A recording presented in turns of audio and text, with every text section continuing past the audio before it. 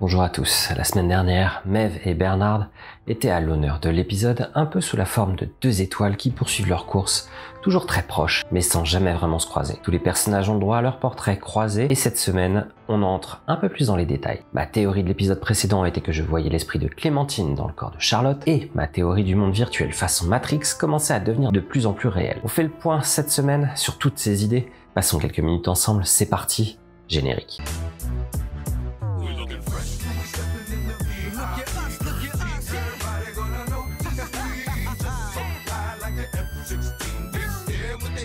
C'est le personnage de Charlotte qui est au centre de cet épisode et qui accompagne toutes les autres trames parallèles. Un peu comme un fil rouge qui rattache toutes les histoires entre elles. L'ouverture est d'ailleurs significative parce qu'on y voit la véritable Charlotte au moment du massacre dans le parc de Westworld. Elle laisse un message de la dernière chance à son fils Nathan, un peu comme une sorte de testament.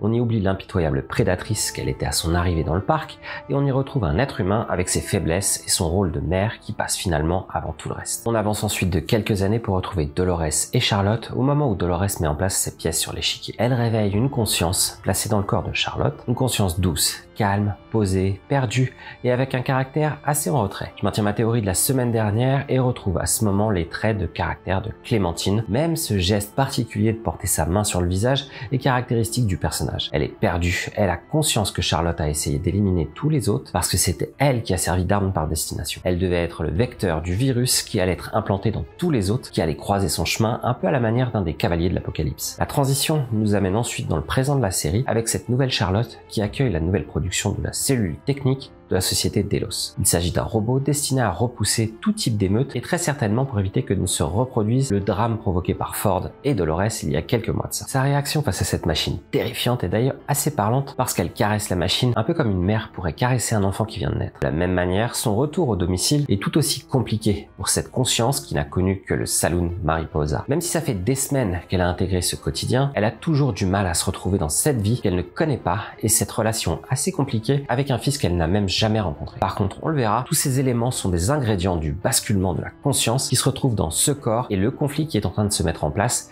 entre la mémoire de Charlotte et la personnalité de celle qui, selon moi, est définitivement Clémentine. Pour terminer, la relation entre cette nouvelle Charlotte et son fils Nathan est un élément qui va déterminer ce qu'elle va devenir, ou plutôt qui va prendre le dessus. Même si elle a tendance à oublier de prendre son fils à la sortie de l'école, parce qu'elle est trop prise par son travail, comme l'était très probablement Charlotte, sa relation avec cet enfant change profondément sa vision des choses. Je suis pas certain que ce soit un sentiment d'amour maternel qui la bouleverse, c'est plutôt qu'elle a du mal à intégrer ce nouveau quotidien. Elle n'est pas dans son domaine habituel, elle n'a pas ses repères et les bases de cette nouvelle boucle ne correspondent pas à ce pourquoi elle a été programmée. Le passage avec son ex est plutôt parlant sur ce point-là, sa réaction correspond totalement à la programmation de Clémentine, satisfaire les hommes coûte que coûte. Serac était introduit la semaine dernière face à une Maeve au départ toute puissante et sûre d'elle, mais on avait découvert que le vrai joueur d'échecs était le personnage interprété par Vincent Cassel. On découvre dans ce troisième épisode que la partie a débuté il y a plus de 20 ans avec une prise de position progressive et dissimulée sur le marché via des dizaines de sociétés écrans pour atteindre un pourcentage d'actions suffisant pour lui donner du poids dans la prise de décision. Charlotte nomme cette action, c'est une OPA rampante, un achat massif d'actions d'une société, souvent au plus cher, pour pas attirer l'attention et atteindre une position clé dans le conseil d'administration. En général, quand une OPA est lancée, la société attaquante a deux options. Soit faire une offre d'achat pour pousser la société à céder ses actions sans que la totalité des actionnaires quitte le navire, ou alors, comme ici, acheter une quantité suffisante d'actions pour avoir une position décisionnaire ou au moins handicapante pour le conseil d'administration. Ici, la tentative de Charlotte de rendre la société privée et retirer du marché ses actions est maintenant impossible parce que Serac est en position de donner son vote sur la question. Elle n'a donc pas le poids pour trancher, à moins peut-être de rallier l'actionnaire principal en sortant William de son trou. Donc je le disais la semaine dernière, c'est bien Serac qui était derrière cette prise d'assaut et cette déstabilisation de la société Delos. La première transaction correspondrait alors à la mort de John Delos et la prise de pouvoir de William. Est-ce qu'il y a un lien entre William et Serac, ou alors Serac est peut-être de la famille Delos et voudrait venger la trahison contre le patriarche. De la même manière, et comme un coup de maître d'échecs, on découvre aussi que c'est bien lui qui a dérobé la conscience de Maeve au moment du massacre de la saison précédente. Il disposerait pour l'aider d'une complicité de l'intérieur de la société Delos. On apprend en fin d'épisode que Charlotte, première du nom, était une taupe. Mais est-ce qu'elle était la seule? Est-ce qu'elle était en position physique de dérober cette conscience au moment des événements? Je pense pas. Et je crois qu'un autre personnage va dévoiler sa trahison d'ici quelques temps. Et enfin, on remarque au moment de la conversation dans le restaurant entre Dolores et Charlotte que l'évocation du nom Serac provoque une réaction chez Dolores. On voit clairement qu'elle semble le connaître et même qu'elle attendait que ce nom sorte enfin de l'ombre. Serac était visiblement la cible de l'impitoyable Dolores, mais qu'est-ce qu'elle cherche à faire de lui? Est-ce que c'est pour elle l'ennemi ultime? Ce que je pense parce que c'est lui qui est clairement à la tête d'Insight, ou alors est-ce que c'est un appui potentiel pour sa politique destructrice de la race humaine? On le saura bien assez tôt. Il essayait de se cacher dans les méandres de la ville la semaine dernière pour fuir la vie et s'enfermer dans un quotidien bien triste. Une mission toujours la même qu'il devait recommencer à l'infini. Je reviendrai un peu plus tard sur ce supplice du quotidien parce qu'il a une place importante dans la destinée et l'évolution de Caleb. En tout cas, à cause de Dolores, qui devient l'élément perturbateur de son triste quotidien, Caleb est dans le viseur de la société et très certainement du système Rehoboam à cause de sa tentative de sauvetage de la fragile Dolores dans l'ambulance. Caleb à ce moment-là dévoile qu'il a maîtrisé la médecine de guerre dans sa carrière de soldat. On le voit plus tard, mais la réaction de Caleb à ce moment n'est pas vraiment du courage. Il veut juste réagir et n'a aucune notion du danger, parce que sa vie, pour lui, n'a plus aucune importance. Il est d'ailleurs rattrapé quelques minutes plus tard par 2 chasseurs de primes qui l'interpellent pour un interrogatoire assez musclé. Cet interrogatoire montre une sorte de dispositif de contrôle qui avait été désactivé au niveau de son palais. Ce dispositif de contrôle aurait pu être mis en place pour tenir un soldat dangereux et donc un soldat qui aurait été envoyé sur le champ de bataille comme une sanction pour des méfaits criminels. La vision qui suit est une sorte d'annonce des passages importants de sa vie qui vont être abordés un peu plus tard dans l'épisode. La mort de son partenaire d'abord pour justifier ses connaissances en médecine militaire, la scène avec sa mère qui sera détaillée quelques minutes plus tard et finalement la vision des vagues qui seront le point de bascule de son esprit vers la révolte aux côtés de Dolores. On retrouvera donc un peu plus tard Caleb et Dolores pour la révélation finale et le basculement de la vie de Caleb dans une quête pour combattre l'injustice, mais j'y reviens un peu plus tard. Je vous en parlais au début de la vidéo, Charlotte dans cet épisode, ou au moins la conscience qui est dans le corps de Charlotte. Je vais rester sur Clémentine parce que je pense qu'il y a trop de pistes qui vont dans ce sens pour imaginer quelqu'un d'autre. Donc Charlotte montre des signes de perturbation psychique ou des bugs comportementaux. On la voit depuis l'annonce de l'OPA rampante lancée par Serac s'auto-mutiler d'une manière assez superficielle au départ, mais au fur et à mesure de l'épisode, son obsession est de plus en plus marquée. Clémentine, au cours de la saison 1, n'a pas, contrairement à Dolores, Maeve ou d'autres, connu l'éveil, et donc elle n'a pas pris conscience de l'absurde de la situation dans le parc et son immortalité. Elle est toujours au même niveau, une machine programmée pour exécuter une mission prédéfinie. Elle est donc là aussi dans une boucle forcée, et cette automutilation montre qu'elle ne maîtrise pas du tout ce scénario complètement inédit. J'ai eu plusieurs discussions avec des internautes sur le fait que c'était Clémentine ou non dans ce corps, et en général on me ressort le plan où Charlotte et Dolores sont allongées, toutes les deux en chien de fusil. À ce moment sont mis en parallèle cette scène et la scène qui suit le suicide de Teddy à la fin de la saison 2. Et je me pose la question à ce sujet. D'abord, est-ce que vous trouvez pas ça trop évident comme indice? Et surtout, est-ce que cette position est pas tout simplement une position de sécurité pour Dolores, une sorte d'habitude qu'elle aurait avec les gens qu'elle aime ou qu'il essaye de contrôler? En tout cas, l'esprit de Charlotte est profondément chamboulé par ce rapport avec son fils Nathan. Je crois que cette relation fait renaître la conscience propre de la mémoire de Charlotte et que son caractère se bat avec le caractère profondément suiveur de Clémentine. Charlotte était un alpha, un leader qui aimait prendre les rênes. L'opposé total de Clémentine qui suivait parce qu'elle n'avait pas le charisme pour prendre les commandes. Le conflit qui est en train de se mettre en place dans la tête de Charlotte entre le leader qu'elle était et l'esprit moins fort qu'est celui de Clémentine provoque une sorte de point de rupture. Les deux options sont opposées et peuvent pas cohabiter. Je pense que Charlotte prend définitivement le dessus au deuxième visionnage de la vidéo Testament enregistrée dans le parc. Comme je le disais, c'est pas l'amour de Nathan qui provoque le bug, mais le conflit de personnalité. La conséquence directe, c'est qu'elle assume totalement son statut de prédatrice dans le parc face à ce pédophile qui profitait depuis des semaines de son absence et de la liberté de Nathan après la sortie des cours. Elle l'exécute sans aucune pitié et prend même une sorte de plaisir à le faire. Ça aurait totalement été impossible pour Clémentine. Voilà pourquoi je pense que l'une s'efface au profit de l'autre. Quand elle exprime ce conflit à Dolores dans l'hôtel, on voit que cette hésitation lui rappelle les faiblesses qu'avait montré Teddy dans le parc avant son suicide. Voilà pourquoi elle l'a fait monter dans la suite avec dans la tête l'option de se débarrasser d'elle comme elle aurait dû le faire depuis le début avec Teddy. Clémentine n'aura jamais le courage de faire ce que Teddy avait fait pour mettre fin au conflit. Elle craquerait avant et dévoilerait donc le plan à ses adversaires. Par contre, cette scène est juste exemplaire. Déjà, les échanges entre les deux femmes montrent une tension palpable et un jeu d'actrice de très haut niveau. Mais imaginez-vous que Evan Rachel Wood a exprimé il y a quelques temps dans une interview avoir été victime de violences conjugales qu'elle a souffert pendant des années de phase d'automutilation. La peur qu'elle ressentait lui paraissait insurmontable à l'époque et elle a eu le plus grand mal du monde à s'en sortir. Vous imaginez donc son courage de jouer une scène comme celle-là et ce qu'elle a dû vivre en se trouvant face à une femme dans la détresse. Et je parle même pas de la difficulté pour Tessa Thompson de lui infliger ça en ayant connaissance de son passé. Pour ce qui est de l'échange entre Dolores et Caleb, je vais pas m'éterniser parce que la partie qui suit est déjà suffisamment lourde comme ça. Donc on voit dans cet épisode la construction d'une forte connexion entre une Dolores qui a pour plan final d'éradiquer l'humanité de la planète et de l'autre Caleb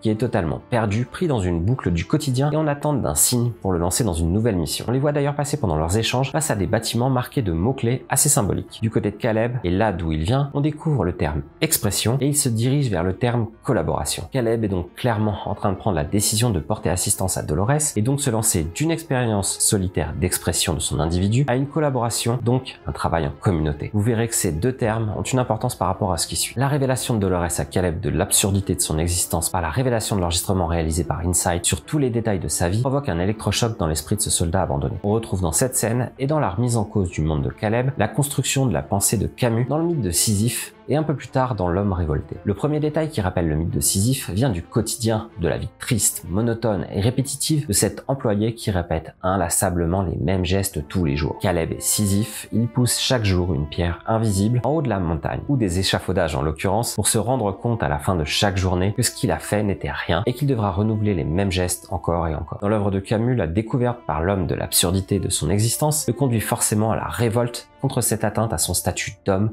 mais aussi le renforce dans son appartenance à l'humanité. Ce thème se rapporte donc directement à ma vidéo précédente où je mettais en évidence la référence à la pensée transcendentaliste dans l'arc de Mèves. Dans ce courant, la société devait être construite autour d'êtres indépendants et autonomes par opposition à une société du groupe et de la fourmilière. De la même manière, Camus pense l'homme révolté comme un être autonome qui a pris conscience de l'absurdité de son existence et qui se révolte contre cette injustice envers lui et l'humanité tout entière. Il agit alors comme un membre de la communauté. Je me révolte, donc nous sommes. Et Dolores, en l'incluant dans sa révolte personnelle, inclut également l'homme dans sa mission. Il y a donc une contradiction dans sa volonté de détruire l'humanité. Est-ce que c'est une évolution ou alors est-ce qu'elle sait que Caleb n'est qu'une conscience numérique? La réponse finale de Caleb à Dolores reprend clairement l'idée de Camus en exprimant qu'en tant qu'homme mort, il peut se lancer dans la révolte parce que ça lui permet de choisir ce qu'il veut être, contrairement au suicide qui est un saut dans le vide, ou la religion qui est un saut dans la foi. Caleb, c'est Sisyphe, qui arrive en haut de la montagne et à qui on dit que la pierre va retomber dans la vallée. Il peut donc choisir de continuer à pousser en connaissance de l'inutilité de sa mission, ou juste exploser la pierre et tout remettre en cause. L'épisode est donc un cap dans l'aventure. Caleb n'est plus juste un pion sur l'échiquier, mais il est maintenant acteur de l'aventure. Il a connu exactement comme les autres, dans la première saison, l'éveil, la prise de conscience de l'absurdité de son existence et donc la mise en marche de la révolte du groupe contre la machine ou la matrice, pour reprendre mon autre théorie. Je suis donc de retour avec ma théorie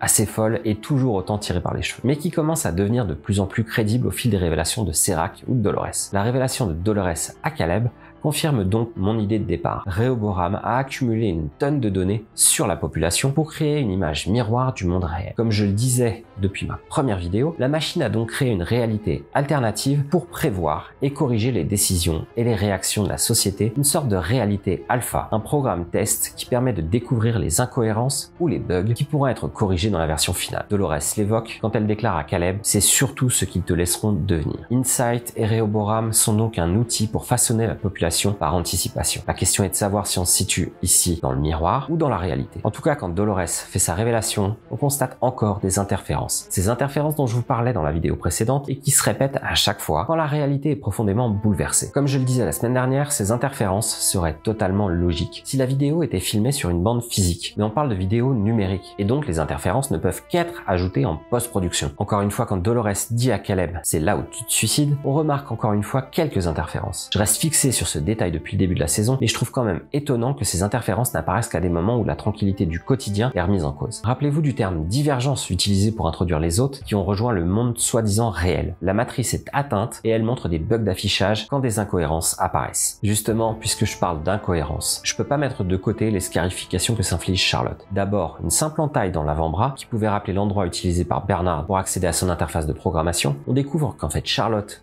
ou Clémentine essaye de reproduire un motif bien précis composé de traits et de cercles. Les traits sont le long des membres et les cercles au niveau des articulations. On voit donc que les motifs représentent clairement la structure robotique de son squelette. Elle veut revenir à son essence première et est agressée par la mémoire de Charlotte. Comme je le disais au début de la vidéo, il y a un conflit évident entre l'être humain Charlotte et le programme Clémentine qui essaye de prendre le dessus l'une sur l'autre. Et Clémentine, qui n'est clairement pas la plus puissante des deux, est donc reléguée à devoir exprimer à l'extérieur qu'elle est en danger et qu'elle a besoin d'aide. Elle appelle donc Dolores à l'aide pour la sauver de la prédatrice Charlotte. Mais finalement, je pense que ce conflit s'équilibre au moment où elle découvre que le statut de prédatrice n'est pas si traumatisant que ça pour elle. Elle prend du plaisir à éliminer le pédophile et comprend que laisser Charlotte prendre le dessus n'est pas forcément négatif pour elle. Voilà pourquoi elle se laisse finalement aller et accepte de laisser du terrain à l'esprit de Charlotte Hale. Un moyen de laisser ressortir tout un pan des connaissances de la femme d'affaires et du traître qu'elle était. Une communication secrète était en place entre elle et Serac dans le but d'échanger des informations essentielles sur la société Delos, sur le parc et surtout pour extraire les informations ultra confidentielles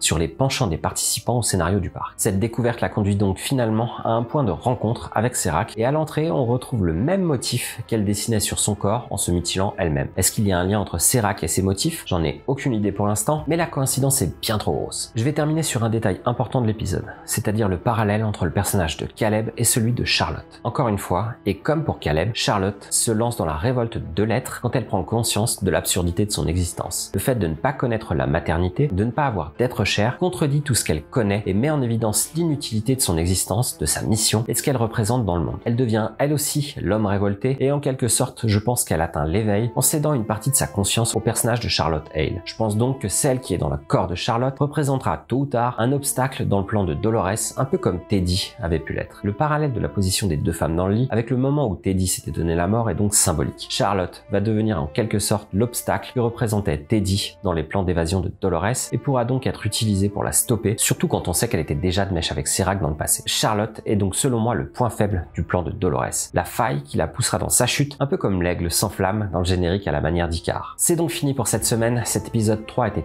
une énorme réussite de la part de Joy et Nolan, avec des références culturelles subtiles et bien complexes, une construction de qualité et un jeu d'acteur exceptionnel de la part de Evan Rachel Wood, de Tessa Thompson ou d'Aaron Paul. Vous voyez derrière moi quelques scènes de la bande-annonce de l'épisode de la semaine prochaine, et comme vous le voyez, on va donc retrouver William, très certainement grâce à Charlotte, qui aura besoin de lui pour essayer d'écarter la menace Serac sur la société Delos. Comme d'habitude, j'ai besoin de vous pour partager cette vidéo et la liker pour qu'elle soit mieux référencée. Laissez-moi un petit commentaire, je veux avoir votre avis et vos théories, même si c'est pour contredire les miennes. On se retrouve quoi qu'il arrive la semaine prochaine pour l'analyse de l'épisode 4. J'espère que vous avez passé un bon moment avec moi. C'est Aurélien, vous êtes sur BeChill. À très bientôt.